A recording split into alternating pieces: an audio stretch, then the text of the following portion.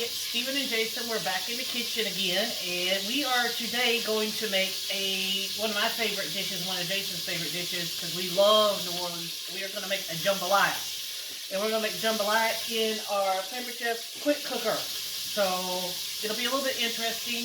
There's a variety of recipes online that you can find. There's actually multiple ways you can do this. There's a variety of ways you can cook it. You use a quick cooker, a slow cooker, you do it in the stove. I've seen all kinds of things. So we're going to take some things that I found and we're going to make our own little recipe out of it, and that's what we're going to do today. So what you're going to need is chicken.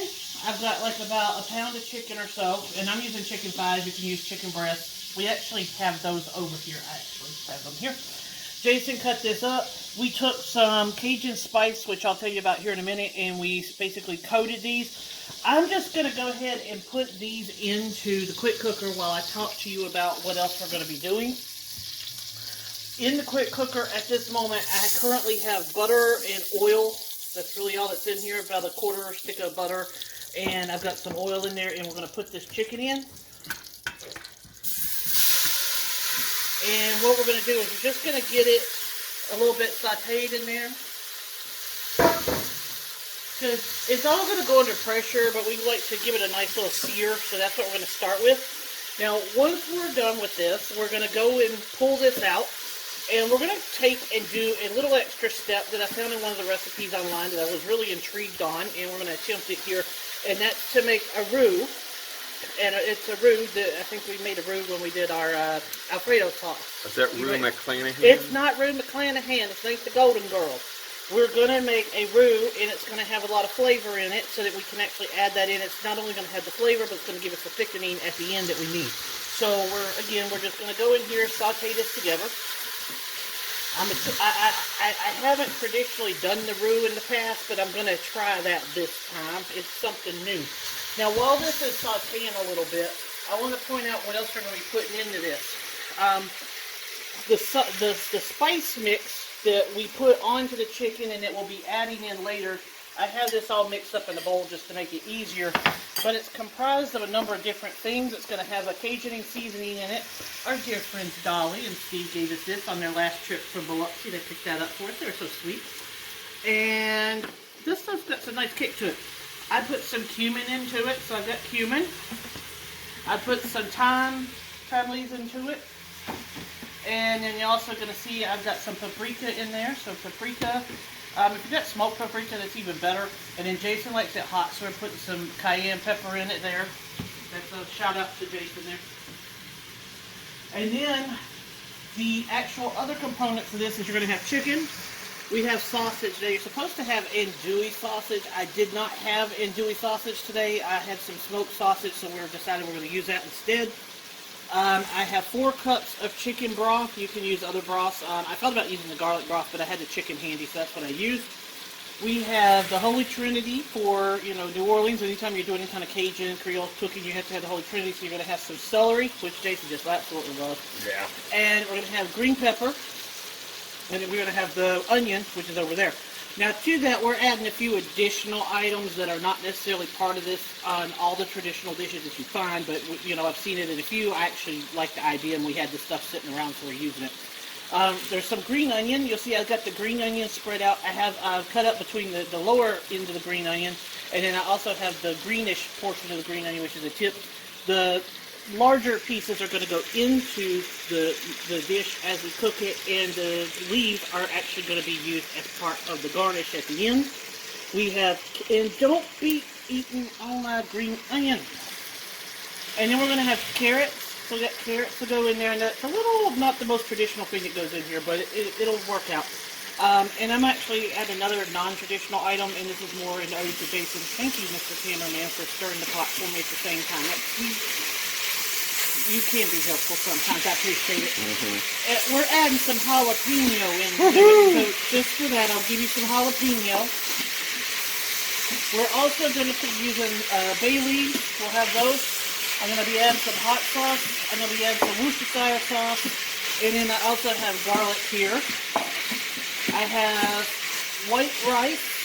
I've seen varying amounts of white rice that you can do this with. Most of them say like 1.5 cup. I think with the amount of liquid that we have, I'm actually going to go on up to the 2 cup because I'm not sure that actually had a long grain rice. I've got it stored away. I'm not sure which one I have. So I'm going with the 2 cups of rice. This is just white rice. And then that's pretty much what's going to happen. All these items are going to go together to make this jambalaya. For the most part, the prep work is probably the hardest portion because you have to get it all ready. Once you have it all ready, it's pretty much good to go. So it looks like the chicken is fairly well coated. It looks like it's for the most part seared. Would you agree, Mr. Jason? Yes. Okay. So because of that, what we're going to do is we're going to need to pull this out. So I'm going to take and get a spoon. And I need to get, I have something here from Pampered Chef? I'm sure I do. I am sure I've got something from Pampered Chef that'll do just fine. Well, that is if you could find it. I found it. So I have this handy dandy Pampered Chef thing. I know it's got a name, I don't remember which one it is. I'm sure Sherry, my wonderful, wonderful Pampered Chef representative, will come on here and she will tell me what this thing is. I don't know, it works really well, so we're going to grab it. And we are going to take our chicken out.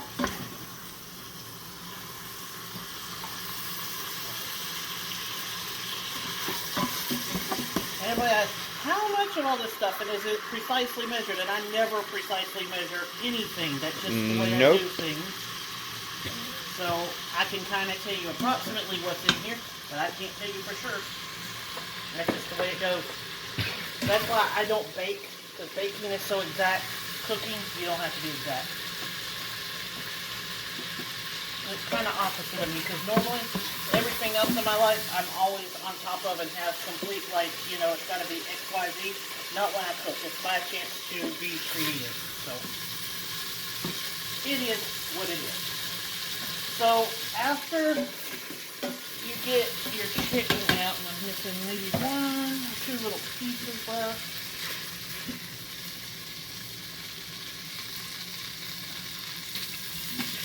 Yep. Jason, does it look like we got it all out of there now? Here's a piece back there. Oh. Yep. And that's it, right? That's We're it. good? All right. Yep. This is a team effort in this place. I'm going to add just a tad bit more butter because I want to make sure I have enough for this roux. Alright, so we're going to put that in there. You use butter? No, never. Well, you know butter is the flavor of life. You know, I'm just saying. It is what it is. It's what I like. So, we're going to go in here and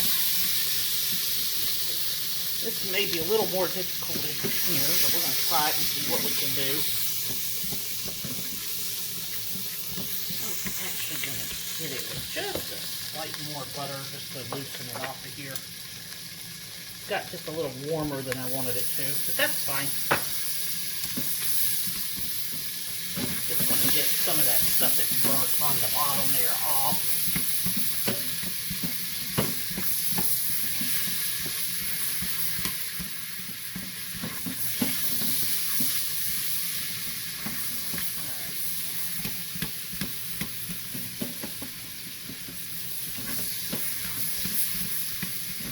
Alright, perfect. Alright. So what we're going to do is we're going to add into this some flour. I have about 1/4 cup of flour here. I'm going to put, you're supposed to match up the amount of flour that you have to the amount of liquid that you have. So some of the oil had been used up, so I didn't put everything in at one time.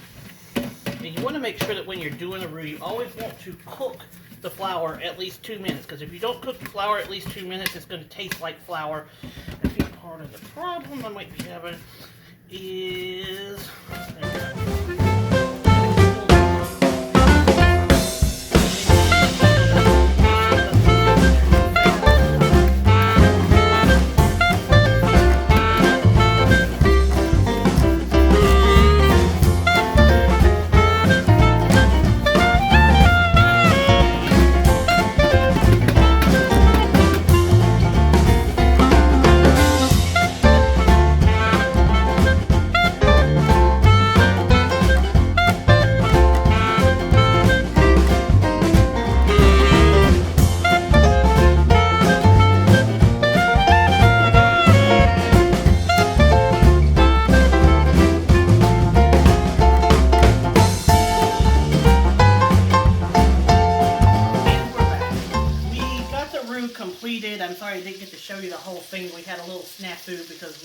filming and we weren't paying attention, and it cooked just a little bit quicker, so I had to kind of save it. But basically what we ended up with, it's a darker roux. It's the flour's been cooked into the butter. It actually tastes really good. I made sure Jason tasted it, make sure it does not taste like just pure flour. It's actually really good. It's got a lot of flavor to it. So that's going to go in here. But we're going to put that on top is what we're going to do after we've loaded everything else in. So the first thing we're going to do is we're going to start off with the Holy Trinity. We're going to put that in here first. And let them start working. Get the vegetables going. So we're going to do the celery. Yeah. And, you know, again, the size of it, I think there's about 3 or 4 stalks there. There's about a green pepper. Ooh. I know you're getting the play-by-play commentary from Jason over there. And then we're going to put the onion in, and this is about an onion. I say about because I actually cut it all up at one time and just kind of grabbed what I felt kind of matched. And go with the flow. That's what I do here. So we're going to go ahead, stir that stuff around. We're going to let these vegetables cook a little bit. They're going to become a little translucent. I'm going to go ahead and add in also the bottoms of the green peppers, or green onions, my bad, green onions. There's lots of vegetables in this dish. It's actually healthy, along with all the butter. And then I'm also going to throw the carrots in because they take a little bit to cook, so I'm going to put those in there. And I'm going to throw the garlic in. Again, it's I think the recipe I saw says it takes about 6 cloves of garlic. I just used the cheap, not cheap, but the quick way. I use the jar garlic today. Yeah, the cheap way. It's not that cheap, really, believe it or not, but it actually is easier, and I'm lazy sometimes, so that's why I do that. So there we roll. We've got the vegetables going in there. And I'm going to go ahead and put the jalapenos in there. I know some of y'all are like freaking out right now because it's going to be hot, but we love jalapenos. Ooh, the hotter the better. Heat in this house, so it's not traditional for this dish, but I think it'll work. Hotter the better. The other thing that a lot of people like to throw in, and if Jason wants it, I'll do it, is the tomatoes. They usually do like the canned tomatoes or the rotel. You can do that one too. Oh, that's fine. Yeah, he wants it. Okay, fine. I'll throw that in there too. I've always got rotel around this house, so that's never a problem. You have an audience. Oh, I have a cat on the floor that I'm about to stomp on because the cat likes to get under my feet while I'm cooking. He hasn't quite learned that the 15th time I stepped on him is, you know, it is what it is.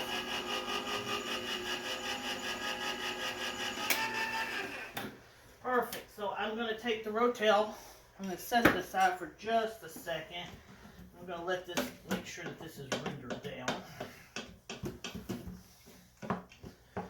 And you'll cook these vegetables a good, I'd say about 5 minutes or so. You'll get a feel for it once you look at them. You can kind of tell. The onions will become translucent. That's a good way to know. And then the other thing I'm going to do here is I'm going to make sure that I've got everything else together, which I do. I have my bay leaf here. I have my other little items I'm going to throw in kind of last minute. Once this is cooked down just a little bit more, I'm going to wait just a second, I'm going to add the sausage in. The sausage is basically, you know, it's preserved. It's not something you don't necessarily have to cook heavily because, again, it's going to pressure. But, you know, it's sometimes nice to just get a nice little coating on it and get a little sear in there. I am going to go ahead and throw in some more of our seasoning. Oh, and it's so good too. And Jason's been munching on the seasoning just as is, and I know everybody's freaking out because it's like a lot that I'm putting in. We like heat in this house. You do it to your taste, we do it to ours. But I like to layer the seasoning, so I put it in at different layers, different levels of cooking and for different time frames. That's what you're going to see happen here. And they're looking pretty good, so I'm going to go ahead and throw in. This is supposed to be about 12 ounces. We love sausage in this house, so we're a little heavy on the sausage. So it's going in. And we're going to mix that around, get that all mixed up in there. And this is, once you get the basic components in here, this is kind of like a just dump and go. That's all you're doing. You're just putting things in, swish it around a little bit, and we're going to pressure it. it actually doesn't even have to be on pressure all that long. So once you've got this piece done, the rest of it really goes fairly quick. I'm just going to wait just a minute for this to cook down just a little bit more. I don't want to add the rice and all that until the very end, because what's going to happen, you don't want to stir your rice in, because if you stir the rice in, and you don't want it underneath in a quick cooker or a pressure cooker, because what might happen is it might sit on the bottom and you get that burn message. You'll also notice that when I came back from making the roux, I actually had cleaned the pot out. You usually would not have to do that, but because of our little snafu we had, I had a little bit more of the brown stuff on the bottom of the pan. I don't really want that when I do pressure, because there's a chance it might give me a burn message, and I don't really want to go into that problem. So in this instance, I went ahead and just cleaned it out, but I got all the good stuff out before we did. This is cooking down really nice. Starting to smell good? Mm-hmm. I think so. Ooh, you can smell that spice in there. I know. Tell me about it. Ooh, let's throw some more in there. Woo, there we go. I think you're going to use the whole bowl, aren't you? Well, of course I'm going to use the whole bowl, but I mean, you know, the whole idea is you add a little bit here, you add a little bit there, you know. If you're not sweating by eating this, then Well, it's not good enough. Yeah, that's what Cajun food is for. All right. So Hot sauce. Hot sauce. Now, I would usually use the Crystal hot sauce, because that's traditionally what people use down in New Orleans. That's one of the more popular ones that we've found every time we go. But we had Red hot, so we're going to use Frank's today. And that's the good stuff. You put that beep on everything. We put this on everything, yes. So, it could be a table. I'm going a couple tablespoons. Oh, a little bit more than that. Well, Jason told me to, so if he complains, don't. Okay, that's good. All right, so there goes our hot sauce. And then I'm also going to throw a little bit of Worcestershire sauce in there, too. There we go. And then one other little thing I'm going to throw in here, I use this stuff when I make the gumbos. It's a browning and seasoning sauce. Basically, it is what they call kitchen bouquet. And it's got a little bit of spice to it. It also gives it a little bit of color. Is that like kitchen cabaret? It's not cabaret. This is not cabaret. We're not veggie, fruit in here. This is not that. Ooh, that's a little more than I really know. You didn't see that. It's all good. It's fine. Oh, it'll mix up in there. This mixes on up in there. The worst thing it might do is make you a little bit browner, but that's kind of how the New Orleans thing is. We like the dishes, the Creoles, and all that. A lot of that stuff is it's like a brownish red. It's all good. That's all we care. That's all we care about. So we put that in there, stirring that around. You can see. Look at that. It's smelling really good in here, ain't it? Mm. The other thing I'm going to throw in here, I have a bay leaf or two. I'm going to give you 2 of those today. Throw those in there, just kind of pour those over. There we go. And then we're going to put in our chicken. Oh, I got my rotel over here. I forgot about it. I'm going to go ahead and put the rotel in first. So I'm going to put the rotel in.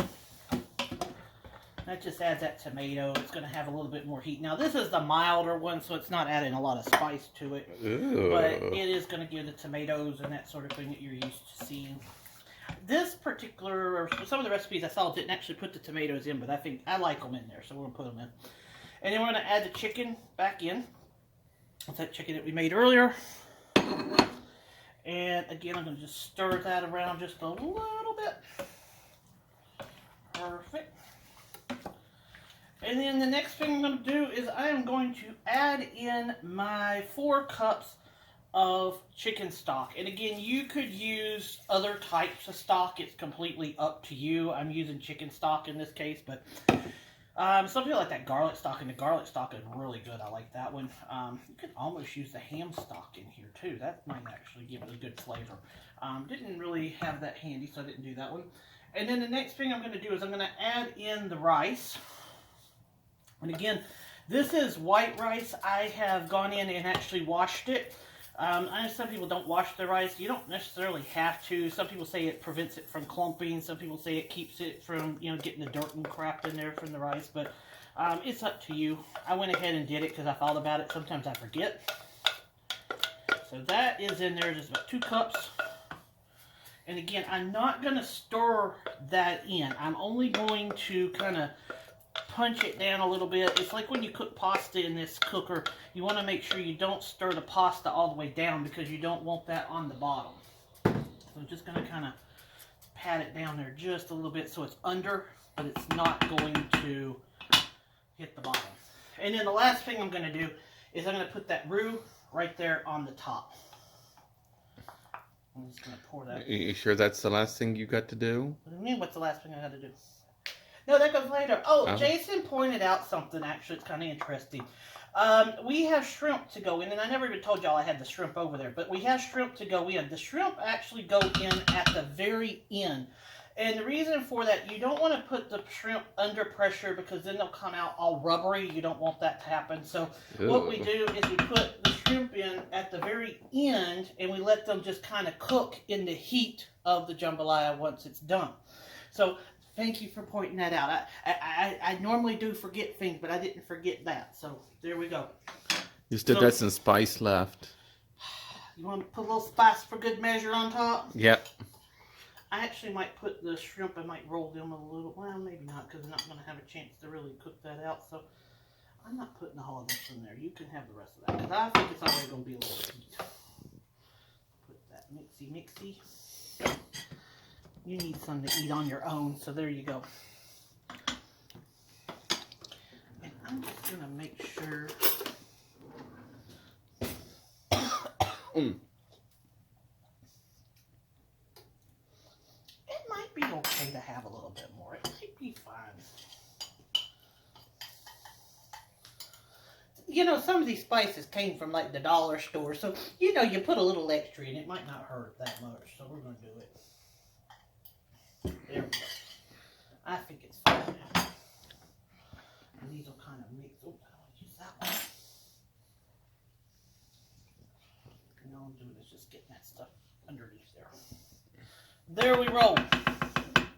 So it is all in there. The only thing I have not put in is the rest of that green onion. That green onion is going to go in later as our garnish. So that's all we're doing for that. So I'm going to take my quick cooker lid. And hopefully I got everything lined up today and it goes on just fine. The last time I did this, we had a little challenge. Woohoo! First time. Look at that. And I got everything lined up right. That's the right way, right? It doesn't look right. Is that the right way? There's a cloud. That matches this cloud. That matches that. Yeah, that should, there we go. I think that's right then. Okay, so we're good. So, I've seen different temperatures to do this on, or not different temperature, but different times to do this on. Some people do this for like a minute or two. I'm going to put this in for about 3 minutes. That's just me. So, what I'm going to do is I'm going to turn off the saute that was happening, so it was actually searing. And I'm going to look for my pressure. Actually, I'm going to use custom is what I'm going to do, because that's easier. We're going to use custom, and then I'm going to adjust the time down. If I can, I'm going to hit time. And we're going to move that time down. And I'm going to do it for 3 minutes. Like I said, I see varying ways of doing this. This particular recipe, it looked like it was only about 1 minute or 2 minutes or so. But we're going to do it for 3 minutes. And then I'm going to let it kind of do a slow release for a few minutes before I actually quick release it. So here we are. It's ready to roll. I'm going to hit start. We've got everything going. We will meet you back here in just a couple of minutes. And we will have a finished product. Or we'll actually...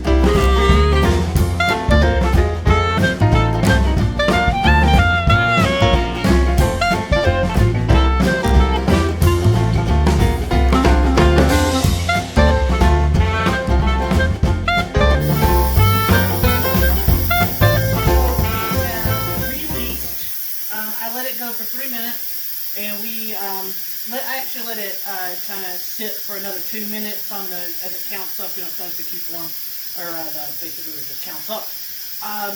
It's gone for 2 minutes. I went ahead and did a quick release on it. We're waiting for it to finish this little thing. My minion just blew his eyes out earlier, so we're good to go. I think we're almost there. We're just waiting for the pin to drop, and it smells good. It does. And it smells spicy. So what we did in the meantime is I went ahead and got his shrimp ready. And I did go ahead and throw a little bit of the spice onto it.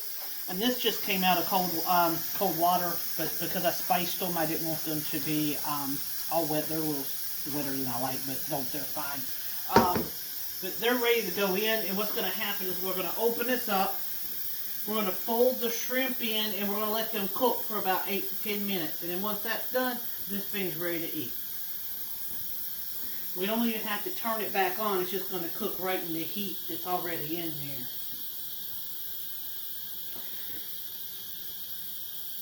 So, almost there. And I'll tell you a little, this has gone fairly well. Like I said, the only little snafu we ran into earlier was with the roux. And the only thing I can tell you about that roux is just make sure when you do the chicken, make sure that before you really start to do the roux, you make sure that you have cleaned off as much of the brown from the chicken off the bottom. That's kind of what made us get a little bit behind when we started throwing the flour and all. It was already a little bit too hot, and it had slowed things down. Once we did it, it was all good to go, and we were able to get that roux, and it should be just fine for the rest of this. So, almost done. And you should be seeing, I'm going to go ahead and take his head off. I got this from my Ninja Foodie, and then I found this thing, and I like my little Pampered Chef quick cooker too, and it works just fine on there. Still waiting for that thing to go down. And there we go. It's dropped. Make sure when you open this up, you open it away from you, because it's going to be hot when it opens. And I don't just mean like the heat off of those spices. Woo! Mmm. Ooh, smell that. Mmm. Look at it. Oh, it just looks wonderful. All right, so what I'm going to do, I'm going to take, and we're going to, like I said, I'm going to go ahead, I'm going to stir this up just a little bit. This will thicken as we go, but it actually looks really good. Does it not? Does it? Yes. Oh, it looks really good. And we kind of have to fold these in, so I'm just going to kind of scoop, put a couple in, fold them around, scoop, put a couple in, fold them around. Now, my shrimp have their tails on it. Jason pointed that out, and that's fine. You can cut them off if you prefer to before. I find it almost just as easy to cut them off after the fact. I chose these are raw ones, the raw shrimp that are going in. You can get the cooked ones, and that just speeds up the process because all you're doing is just heating them. But basically, whatever shrimp you find, it's whatever you can find locally.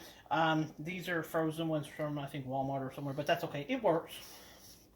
We've used these in other things, and they seem to work just fine.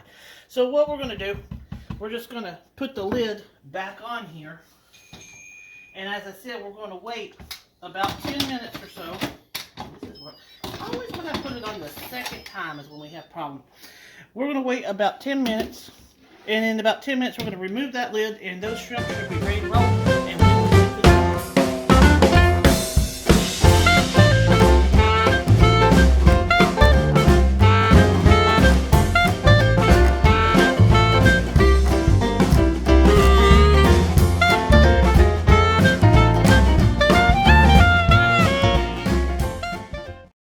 back. Now these shrimp should be ready, and we should be able to serve this thing up. And I know Jason is excited about this moment because he has been hungry since he came home, and I told him he had to make a video. So Starve me to death. we don't starve people in this house. Oh my. Doesn't that look wonderful? Look at that. Smells good and too. It smells amazing. Is the shrimp cooked? The shrimp are cooked. Look, they're pink. You can tell they're cooked. So we're going to go in. We like our jambalaya here, so we're just going to scoop right on in here. Whoa, look at that. And I even gave you lots of shrimp, Jason, so there you go. You're good to go. I'm going to take, and I'm going to just garnish that with this green onion that we talked about before. Just the greens. And look at that. So let me get Jason a fork. You want your Shoney's fork? Yeah. We got Jason a Shoney's fork. He stole. He's afraid they're going to go out of business, so he went and took their silverware. I was like, they're going to go poor now because they took their silverware.